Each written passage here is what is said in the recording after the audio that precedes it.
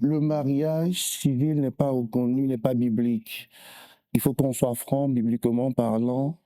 De toutes les fois où on a parlé de mariage, on ne parle pas du mariage civil. Ça, c'est un fait.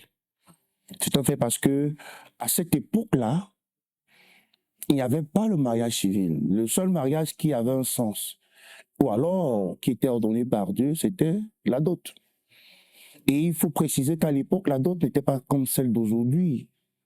C'était les parents qui négociaient la dot à la place de leurs enfants. Aujourd'hui, c'est exactement le contraire. Donc, tout est contextuel.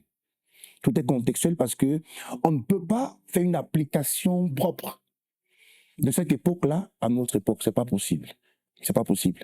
Et parce qu'on ne peut pas faire cette application, il y a donc beaucoup d'éléments qui entrent en jeu désormais. Aujourd'hui, c'est le futur marié qui doit aller négocier, qui doit aller supplier. Encore, quand on va même bibliquement, la femme vierge avait une dot particulière. Et celle qui n'était plus vierge, la Bible précise que la dot était négociable.